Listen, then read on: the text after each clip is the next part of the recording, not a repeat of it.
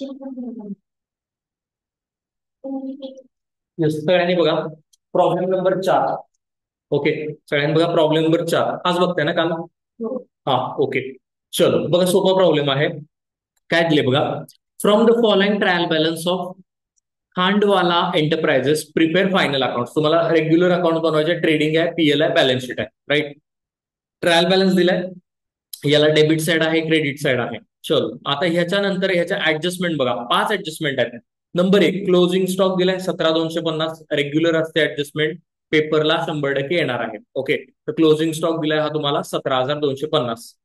Then rent 4,000 has been prepaid. Rent prepaid आहे, रेंटला tick mark करा. रेंटला टिक मार्क करा. रेंट कुठे दिले बघा, टिक मार्क करा.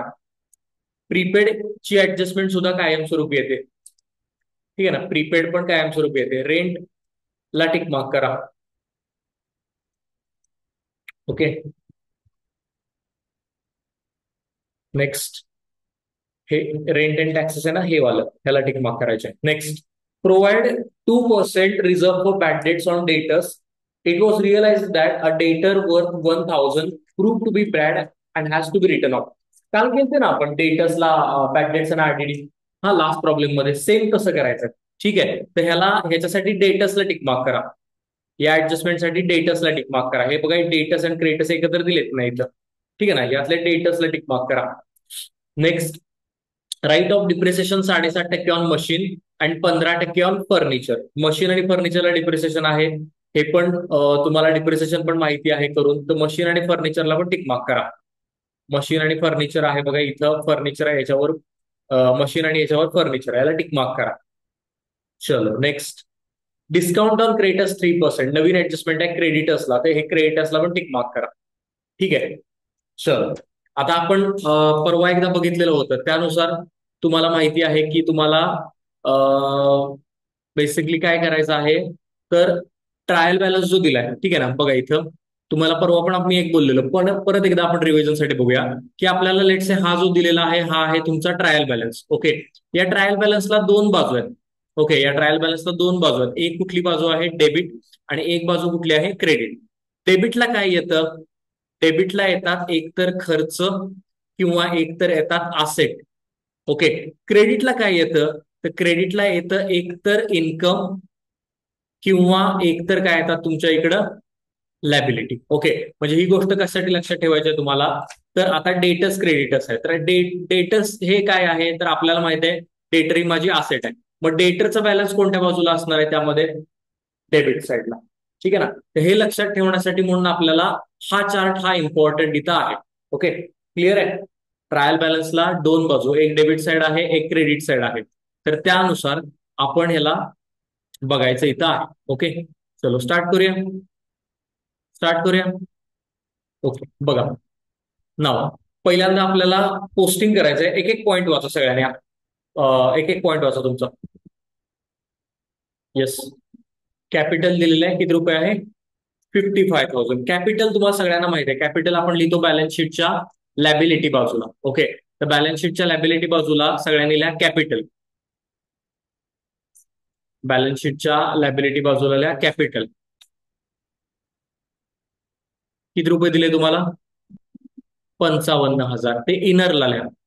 ओके, 55,000 इनरला. कॅपिटल कायम लॅबिलिटी बाजूला इनरला. ओके, कॅपिटल कायम कुठं, लॅबिलिटी बाजूला लिहायचंय तुम्हाला, इनरला लिहायचंय. चलो नेक्स्ट. त्याच्यानंतर नेक्स्ट काय आहे, ड्रॉइंग. ड्रॉइंग तुम्हाला सांगितले, ड्रॉइंग फायनल अकाउंट मध्ये कॅपिटल मधनं काय करायचे, वजा करायचे. ओके, काय करायचे, वजा करायचे. फायनल अकाउंट मध्ये ते वजा करायचे. सिंगल एंट्री मध्ये त्याला काय करायचं तुम्हाला, ऍड करायचंय, बरोबर ना. सिंगल एंट्री मध्ये तुम्ही बघितला, सिंगल एंट्री मध्ये पहिला क्लोजिंग कॅपिटल, ऍड ड्रॉइंग, लेस ऍडिशनल, लेस ओपनिंग, असा टाईपचा सिक्वेन्स होता. तर सिंगल एंट्री मध्ये त्याला तुम्हाला काय करायचंय, ऍड करायचंय. फायनल अकाउंट मध्ये ड्रॉइंगला तुम्हाला काय करायचंय, लेस करायचंय. ओके, तर इथं ड्रॉइंग जे आहेत ते यातनं लेस करा. लेस ड्रॉइंग्स, लेस ड्रॉइंग्स. किती रुपये, 3,000. ओके, 3,000 रुपये आहेत. तर 55 मधनं 3 गेले, वजाबाकी करूया. आतच ठेवा, आतच ठेवा त्याला, अजून पुढं आपल्याला क्लोज करायचं आहे, त्यामुळं त्याला आतच ठेवा. किती येणार, 52,000. क्लिअर आहे, परफेक्ट. जाऊया पुढे. रोज हे असणार आहे, ड्रॉइंग असणार कॅपिटल असणार. मी तुम्हाला काय बोललोय की 70% प्रॉब्लेम हा ऑलमोस्ट कसा असेल तुमचा, सेम असेल. आणि ते तुम्ही रोज बघताय की रोज तेच पॉईंट येतात. रोज तेच तेच तेच पॉईंट आपण सारखं पोस्टिंग केलं तर ऑटोमॅटिक आपल्याला त्याची म्हणजे आपल्यावर कमांड समजते का, ठीक आहे ना. गॅप फक्त नाही झाला पाहिजे एक दिवसाचा सुद्धा. चलो नेक्स्ट बघा पुढे काय आहे, वाचा. ओपनिंग स्टॉक हा ट्रेडिंग अकाउंटला लिहितो, ट्रेडिंग अकाउंटच्या फॉर्मॅटचा भाग आहे. 16,400 रुपये ओपनिंग स्टॉक ट्रेडिंग अकाउंटच्या डेबिटला ऑलरेडी लिहिलेला आहे. ओपनिंग स्टॉक त्याच्या समोरल्या 16,400 रुपये. 16,400 रुपये ओपनिंग स्टॉक ट्रेडिंग अकाउंटच्या डेबिटला. क्लिअर आहे.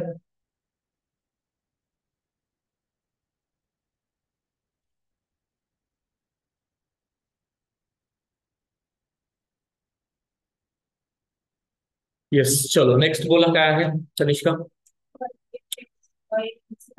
परचेस. परचेस हा ट्रेडिंगला लिहिणारा आपण पॉईंट आहे, फॉर्मॅटचा भाग आहे. परचेस आणि सेल कायम पहिल्यांदा कुठे लिहायचे तुम्हाला, इनरला लिहायचे. किती रुपये, 31,100 रुपये. ओके, तर परचेसला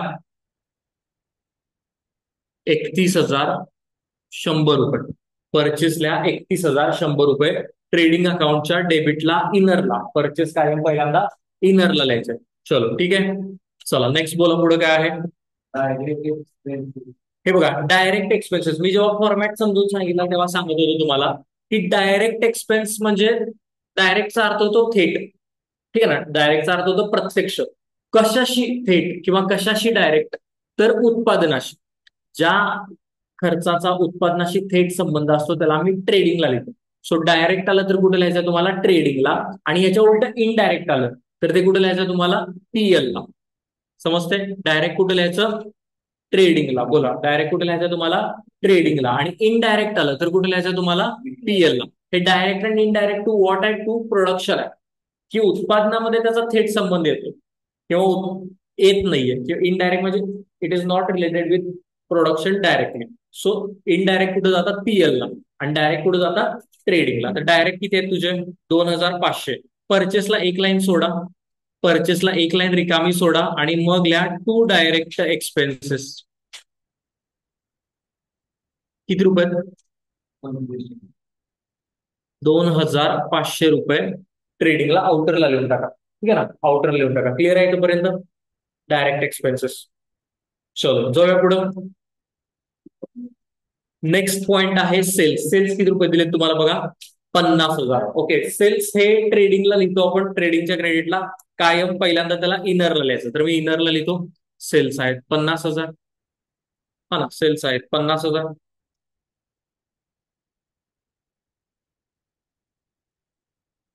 इनरला. हा, कारण रिटर्न्स येतात नंतर, तर आले तर वजा करायला यावे म्हणून. चलो क्लिअर आहे, परफेक्ट. नेक्स्ट बोला. हा, रिटर्न्स लगेच झाले. हे रिटर्न्स कुठले आहेत आता सांगा मला. हे रिटर्न्स कुठल्या बाजूचे आहेत, हा डेबिटचे आहेत. बट डेबिटच्या रिटर्न्सचा रूल काय सांगितलाय, लास्ट लेक्चरमध्ये आपण डिस्कस केला होता बघा, की डेबिटचे रिटर्न काय करायचे. हे जे रिटर्न्स आहेत, हे ही जी साईड तुम्ही वाचताय हे कुठले आहेत, डेबिटचे. ह्याचा नियम मी काय तुम्हाला बोललोय की डेबिटचे रिटर्न क्रेडिट बाजूच्या सेल्स मधून वजा. ओके. आणि ह्याच्या उलटा कुणाचा नियम आहे, ह्याचे की रिटर्न जर कुठल्या बाजूला आले, रिटर्न समजा उद्या क्रेडिटला आले, तर क्रेडिटचे रिटर्न काय करायचे, तर डेबिटच्या परचेस मधून. डेबिटला परचेस असतात, ओके. तर डेबिटच्या परचेस मधून त्याला काय करायचं तुम्हाला, वजा करायचं. समजते ना. रिटर्न्सच्या बाबतीमध्ये उलटा, हे गुणाकाराचे चिन्ह हे असं. डेबिटचे जे आहेत ते क्रेडिटच्या सेल्स मधून, ओके. आणि क्रेडिटचे जे रिटर्न आहेत ते डेबिटच्या परचेस मधून. लक्षात ठेवा, ओके. दिस साईड गुणाकाराचं. ओके, चलो. तर हे डेबिटचे आहेत, मग याला कुठनं वजा केलं पाहिजे सांगा मला, हा सेल्स मधनं. तर करा वजा. सेल्सच्या खाली लिहा लेस रिटर्न्स.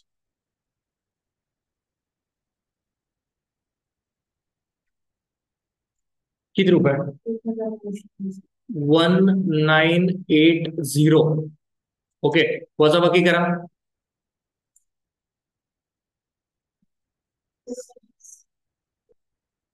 48,020 रुपये. बरोबर, त्याला व्यवस्थित लिहितो एकदा. 48,020 रुपये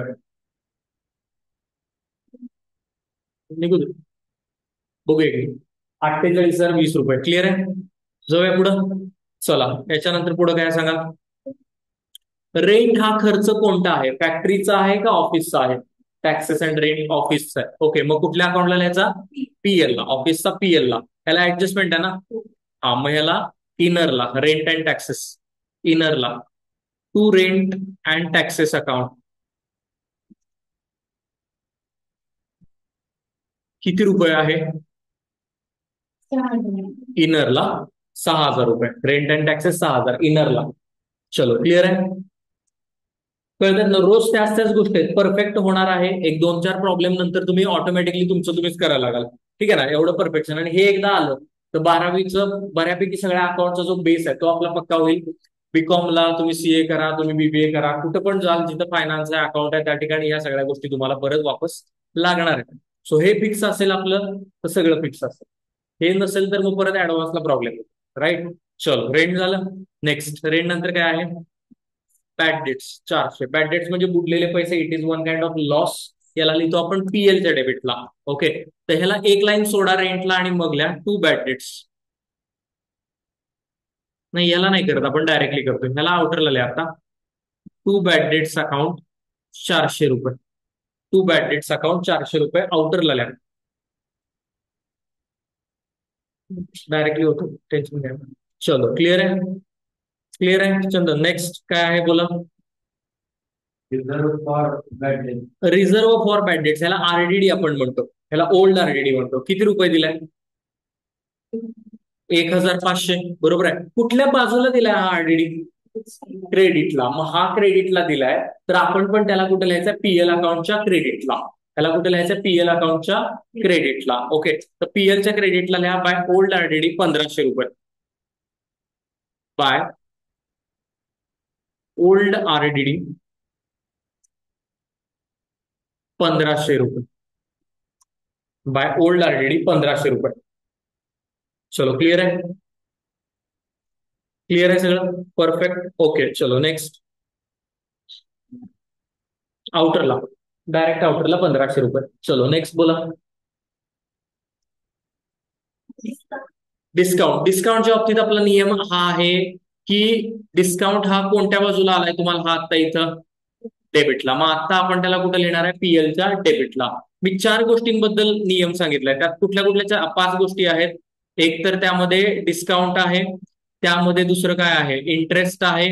ओके, त्यामध्ये परत कमिशन आहे. ठीक आहे ना?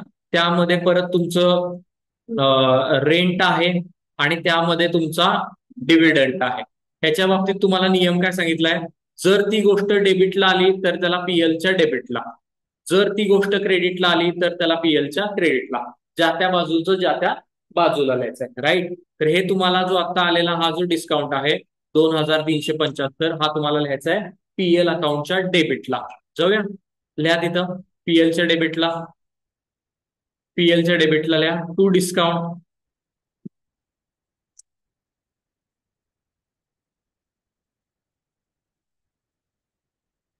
किती रुपये सांगा? 2,375 रुपये. राईट? 2,375 रुपये. क्लिअर आहे? जाऊया पुढं. येस येस, आत्ताच बोललो. कमिशनच्या बाबतीमध्ये सुद्धा कमिशन हे दिलेलं कोणत्या बाजूला दिले? कोणत्या बाजूला दिले? That is important for us. Okay, कोणत्या बाजूला ते? क्रेडिटला. मग ह्याला कुठे लिहायचंय तुम्हाला? पीएलच्या क्रेडिटला. राईट? पीएलच्या क्रेडिटला बाय कमिशन अकाउंट.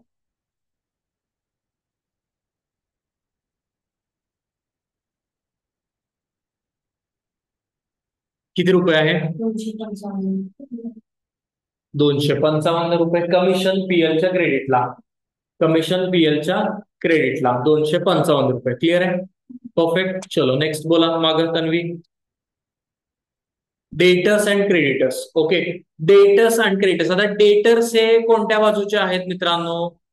डेबिटचे का क्रेडिटचे? डेबिटला असेट असते आणि क्रेडिटला काय असते? लॅबिलिटी. डेटर्स ही तुमची असेट आहे तर डेटर्स हे आहेत तुमचे, आणि क्रेडिटर्स ही तुमची लॅबिलिटी आहे तर क्रेडिटर्स हे आहेत तुमचे. कळते का? डेटर्स आहेत 20,250 आणि क्रेडिटर्स आहेत तुमचे 18,500 रुपये. राईट? तर ह्याला याप्रमाणे लिहा. बॅलन्स शीटला, चला बॅलन्स शीटला लिहा डेटस, बॅलन्स शीटला लिहा डेटस,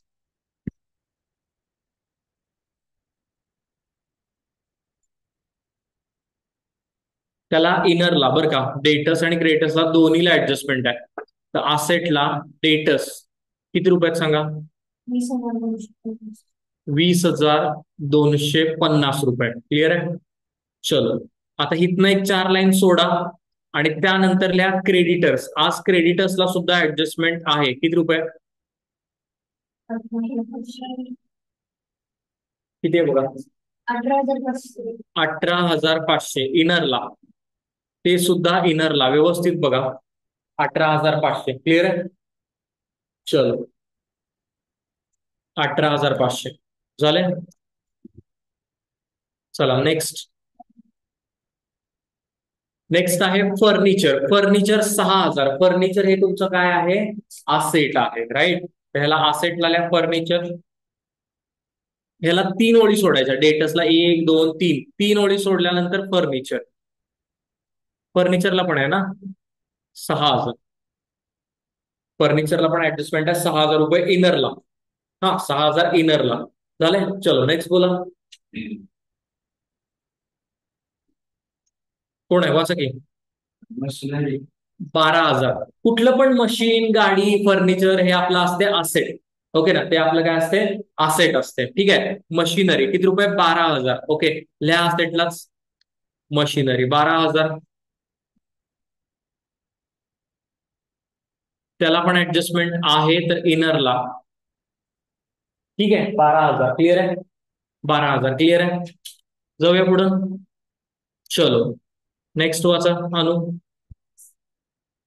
गुडविल, ह्याला म्हणायचं गुडविल. गुडविल म्हणजे व्यवसायाचा नावलौकिक. व्यवसायाचा प्रत्येक एक रेप्युटेशन असतं, नावलौकिक असतं. ते पैशात मोजलेलं असतं की यांचा गुडविल 1 लाखाचा आहे, त्याचा 2 लाखाचा आहे. हा अशा पद्धतीनं. तर ह्यांचा गुडविल, गुडविल ही आपली असेट असते. गुडविल ही तुमची फिक्स्ड असेट आहे. गुडविल ही तुमची कुठली असेट आहे? फिक्स असेट आहे. ओके, किती रुपये ते दिलेलं? 7,500. त्याला असेटला लिहा. गुडविल 7,500 असेटला लिहा.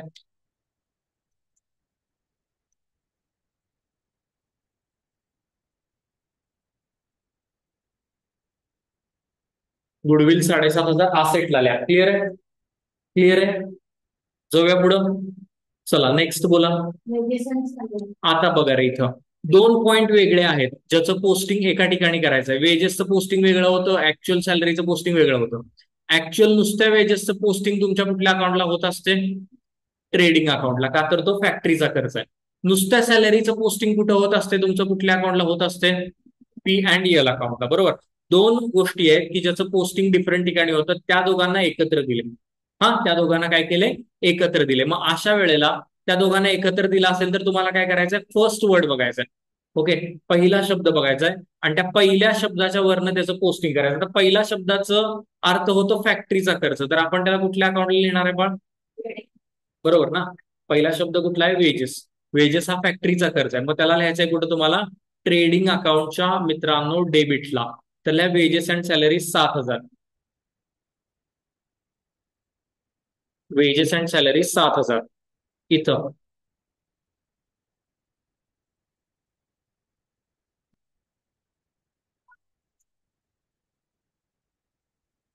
ऍडजस्टमेंट नाही ना त्याला?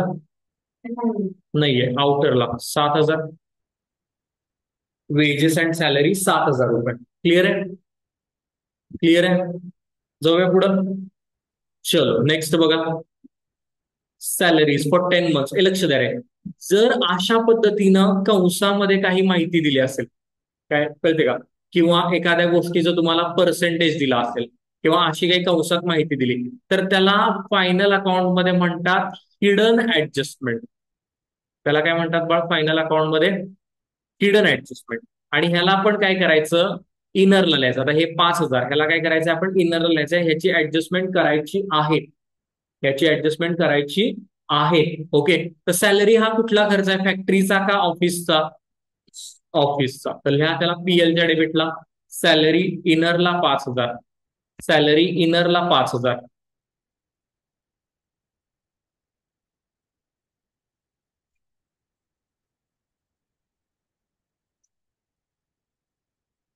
सॅलरी इनरला 5,000 रुपये. त्याला ऍडजस्टमेंट करायचे, वर्किंग नोट करायचे, प्रॉपर करूया नंतर आपण. जाऊया पुढं.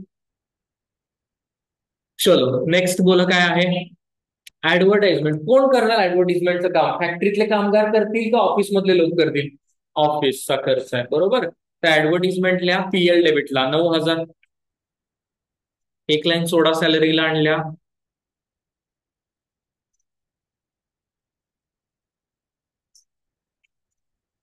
किती रुपये आहे? 9,000. ओके. ऍडव्हर्टिजमेंट आहे 9,000 पीएलच्या डेबिटला. ठीक आहे ना, पीएलच्या डेबिटला. नेक्स्ट बोला काय आहे. Investment in debentures. Investment in debentures. कुठलीही गुंतवणूक ही आपली असेट असते. मग तुम्ही बँकेत एफडी करा, तुम्ही डिबेंचर घ्या, शेअर्स घ्या, गोल्ड असू दे, सिल्वर असू दे, any kind of investment is our asset. आपली ती संपत्ती आहे. 8,500 इन्व्हेस्टमेंट बॅलन्स शीटच्या असेटला. बॅलन्स शीटच्या असेटला इन्व्हेस्टमेंट इन डिबेंचर्स 8,500 रुपये.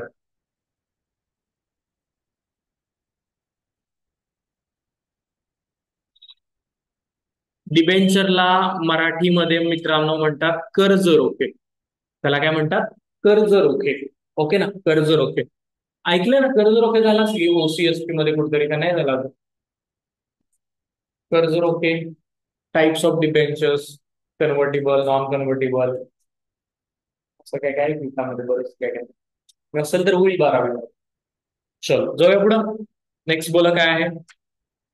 Last point. Loans and advances amount आहे क्रेडिटला. याचा अर्थ ते दिलेलं आपण घेतलेलं कर्ज आहे आपण.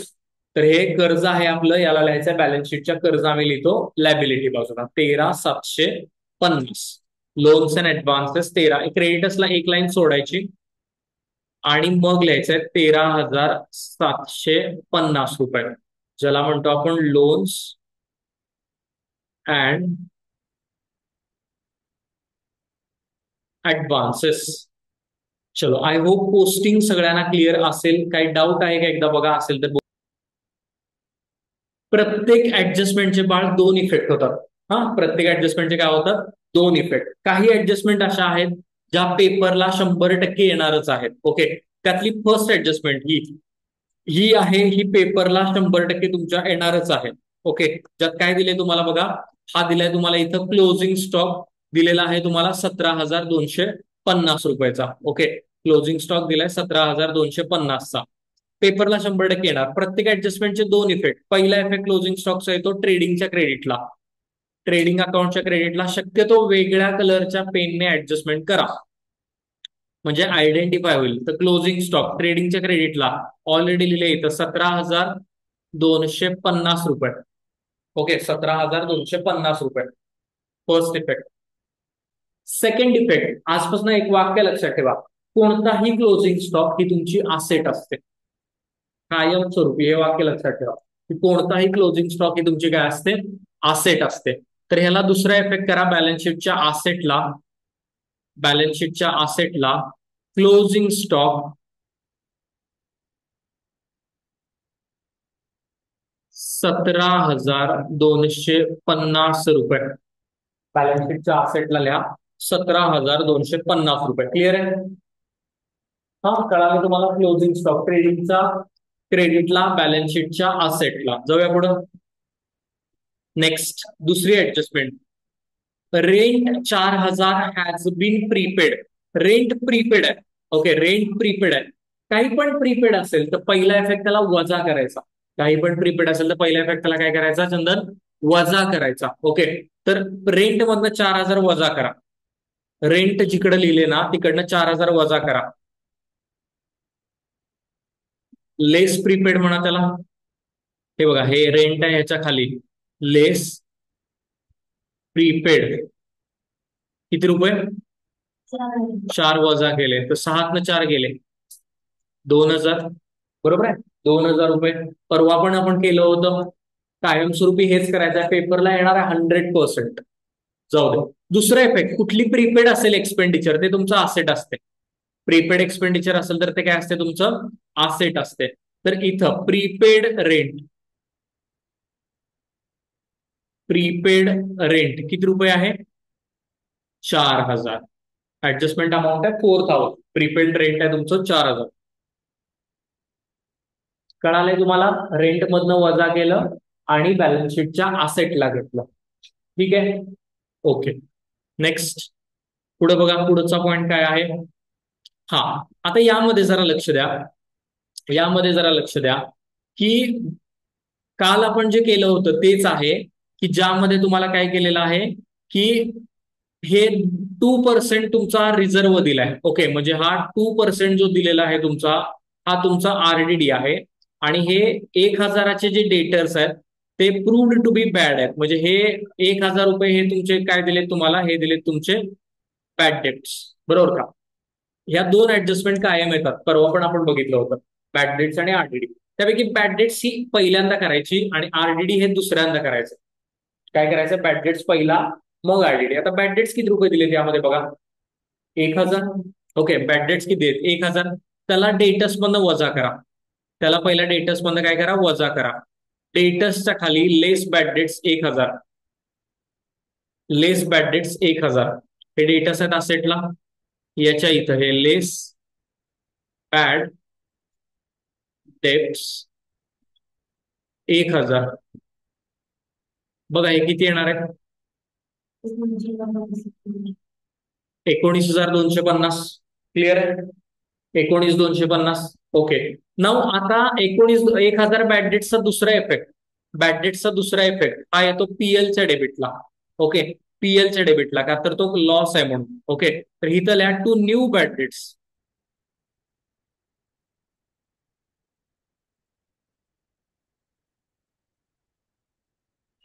एक हजार.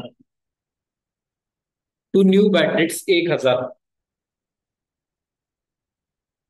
To new bad debts account 1,000. Clear आहे? 1,000. ओके, पहिला. आता आरडीडी काढायला सांगितलंय. किती पर्सेंट सांगितलंय आरडीडी? 2%. ओके, तर आता ह्याच्या हे वजाबाकी किती आले तुमची? इथं इकडे मी कच्च लिहितो. वजाबाकी किती आहे तुमची? 19,250च्या तुम्हाला किती टक्के काढायचे? 2% काढायचे. हे असं, हे एक झिरोला एक झिरो गेला. ट्रॅडिशनल मेथडने केलं. बे की बे, बे पंचे 10. 5 ने ह्याला भाग घालवा. 5 त्रिक 15. 15 आणि 4 19. 5 48 आणि 2 42. 5 5 25. तर 2% किती येतात त्याच्या? 385. ओके, किती येतात? 385. तर हे इथं हे करा, बॅड डेटच्या खाली लेस आरडीडी 2% किती येतात? 300. आता ह्याची वजाबाकी करून बाहेर लिहा. 10 5 गेले, हे 5. 9 आणि 6 15. 4 आणि 8 12. हे इथं 1 8 आणि हे 1. 18,865 येते का वजाबाकी?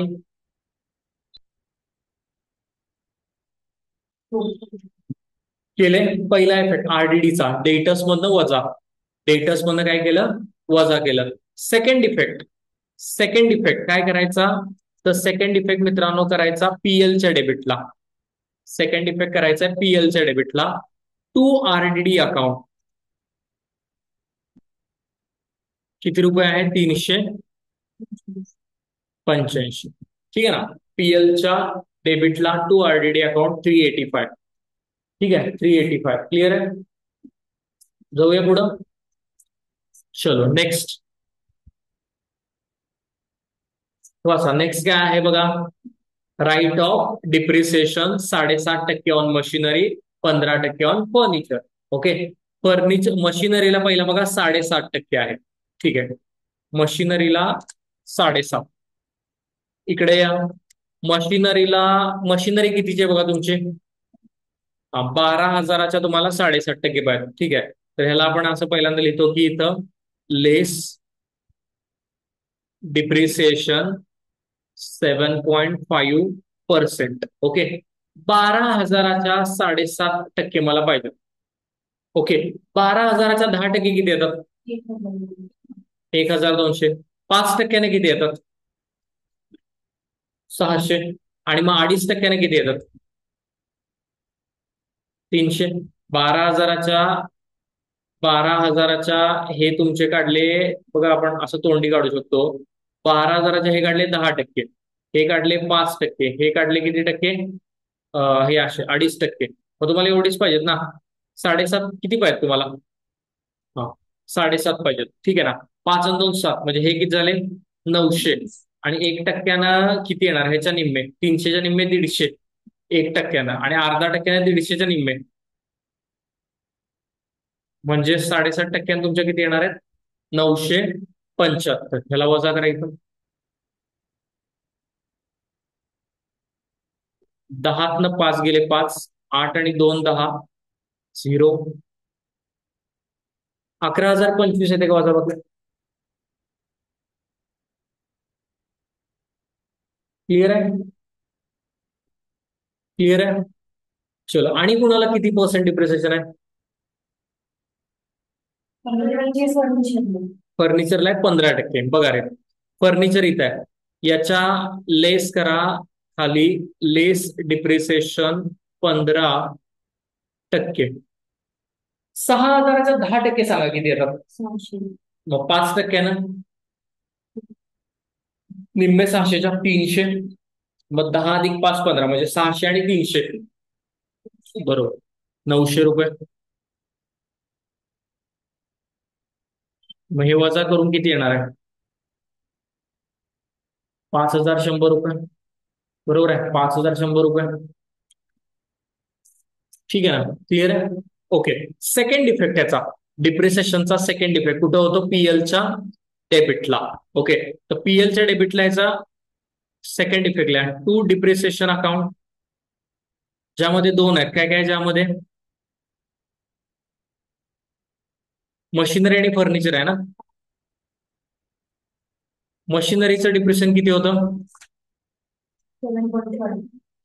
अमाऊंट बोला. 975. आणि दुसऱ्याची किती होती? ओके, असं प्रेझेंटेशन पाहिजे. असं प्रेझेंटेशन पाहिजे, ठीक आहे ना? की डिप्रिसिएशन मशीनचं 975, फर्निचरचं 900, तर टोटल किती झाली तुमची? 1,875. क्लिअर आहे? क्लिअर आहे? जाऊया पुढं. नेक्स्ट, लास्ट ऍडजस्टमेंट इथली, discount on creditors 3%.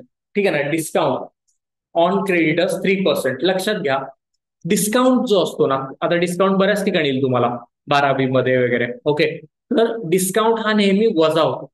Always remember, discount हा नेहमी काय होतो? वजा होतो. तुम्ही गेला दुकानात, 1,000 रुपयाचा काहीतरी ड्रेस खरेदी केला आणि त्याने तुम्हाला 100चा डिस्काउंट दिला, तर तुम्ही त्याला 900 रुपये देणार ना, 1,000 100 वजा करून. तर डिस्काउंट इज ऑलवेज डिडक्टेड. आणि ह्याच्या उलट लक्षात ठेवा की इंटरेस्ट असेल तर तो कायम ऍड होतो. इंटरेस्ट कायम काय होतो? ऍड होतो. आणि डिस्काउंट कायम लेस होतो. राईट? तर ह्याला क्रेडिटर्सला 3% डिस्काउंट करायचं, म्हणजे ह्यातनं लेस करायचंय. लेस डिस्काउंट 3%. लेस डिस्काउंट 3%. ओके, आता तोंडी कॅल्क्युलेट करण्यासारखं आहे. किती क्रेडिटर्स आहेत तुमचे सांगा? आता ह्याच्या 1% हवे असतील ना तुम्हाला, तर त्याच्यावरची 2 शून्य काढून टाका, म्हणजे 1%ने किती मिळतात तुम्हाला? हा, आता किती पाहिजे तुम्हाला? गुणिले 3, 5 त्रिक 15, हातचा आले 8 त्रिक 24 आणि 1 25, हातचा आले 2, 3 एक 3 आणि 2 5, म्हणजे डिस्काउंट किती झाला तुमचा? 555. वजा करा.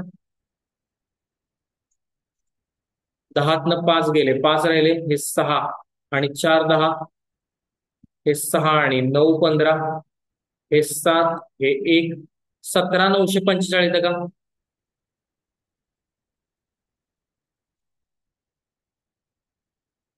वजाबाकी किती येते? 17,945.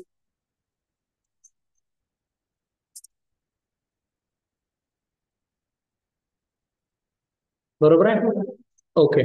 नाव आता बघा, क्रेडिटर्स म्हणजे तुमचं काय आहे? लॅबिलिटीचा मराठीत काय म्हणतो आपण?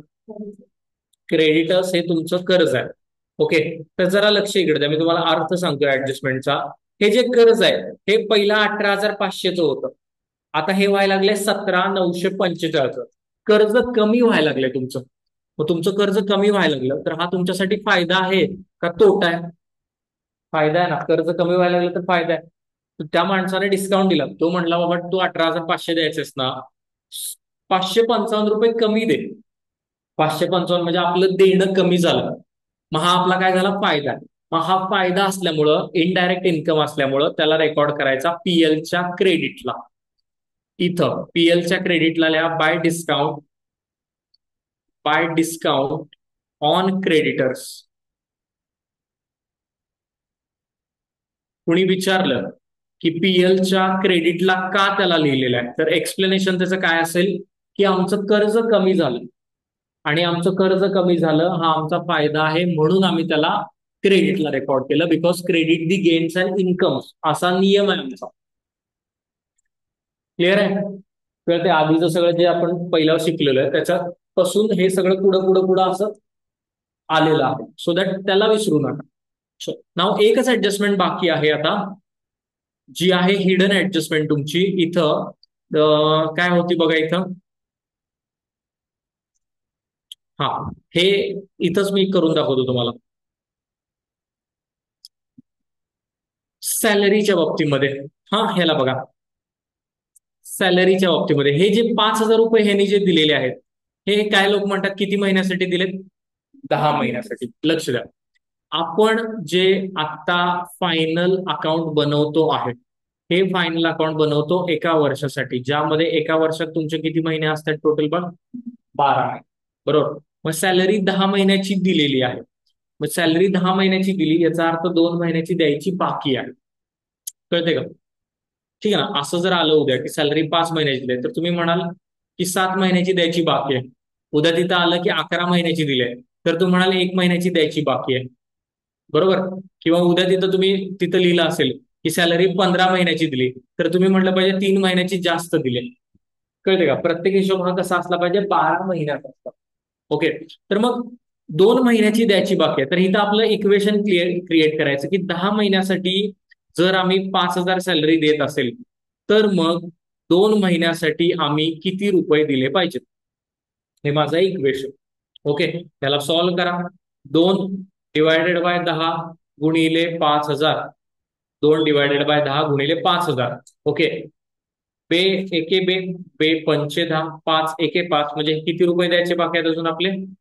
1,000. ओके. तर एवढा जो भाग आहे ना, एवढा लिहून घ्या. एवढा भाग लिहून घ्या. बॅलन्स शीटच्या खाली लिहा. वर्किंग नोट मध्ये लिहायचं. 1,000 सॅलरी अजून द्यायची बाकी आहे. त्याला पुन्हा एकदा बघा कसं केलंय कॅल्क्युलेट.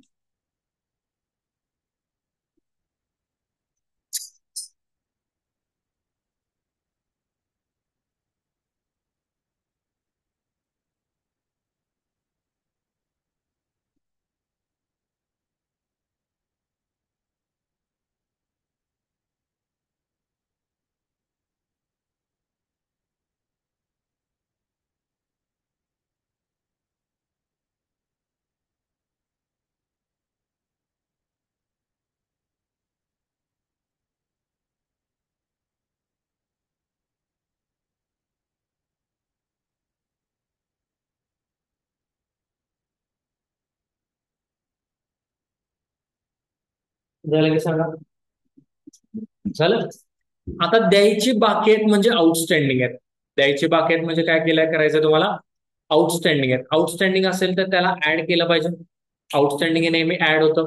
तर सॅलरीमध्ये ऍड आउटस्टँडिंग 1,000.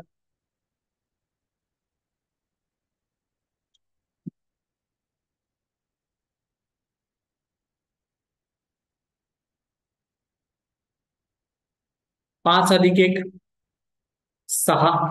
5 अधिक 1 6. ओके. 9. चलो, दुसरा इफेक्ट. आउटस्टँडिंग म्हणजे देणं आहे. ठीक आहे ना. आउटस्टँडिंग म्हणजे देणं आहे. तर इथं लिहायचं आहे आउटस्टँडिंग सॅलरी बॅलन्स शीटच्या लॅबिलिटीला 1,000. बॅलन्स शीटच्या लॅबिलिटीला 1,000. तर प्रॉब्लेम झालेला आहे आपला. क्लिअर? ओके. यामध्ये आपण पीएल, ट्रेडिंग, बॅलन्स शीट तिन्ही गोष्टी बनवलेल्या आहेत. ओके. कुणाला काही कळालं नसेल, डाऊट असेल तर एकदा विचारा. काय बघा. क्लोजिंग आपण याचं काय करूया नंतर करूया, सध्या आहे असं असू दे. ठीक आहे ना. प्रॉब्लेम झालेला आहे. क्लोजिंग आपण याचं नंतर करू. कुणाला काही डाऊट असेल तर विचारा फुल प्रॉब्लेम मध्ये. 7.5 काय नाही, सिम्पल आहे. इथं आपण ब्रेक करत गेलो ना एक एक गेट. कुठल्या कशा 7.5 काढलं? 12,000च्या ना. 12,000 आहेत लेट से. तर आता हे आपण डायरेक्टली पण काढू शकतो, म्हणजे तुमच्या ट्रेडिशनल मेथडनी किंवा शॉर्टकटनी पण. काय केलंस पहिल्यांदा की लेट से तुझे 12,000 आहेत. ओके, लेट से 12,000 आहेत. ओके, 12,000च्या आपण काय केलं की एक एक काढत गेलो. 10% किती, 5% किती, हा ना, असं 2.5% किती. ठीक आहे. ओके, या पद्धतीनं. मग 10% किती आले? 5% किती, 10% किती येतील हे? 1,200. 5% किती येतील? 600. ओके, आता आपल्याला किती पाहिजेत? 2.5%, म्हणजे आपल्याला 2% पाहिजे. 2.5 ची काही गरज नाही. आपल्याला पाहिजे 2% किंवा आणि पाहिजेत आपल्याला 0.50. ओके, 2%साठी 1%साठी 2 शून्य कमी कर, म्हणजे हे ना किती आले हे? 1%ने 120 आले. ओके, 1%ने 120. मग 2%, 12 दूनी 24, 240.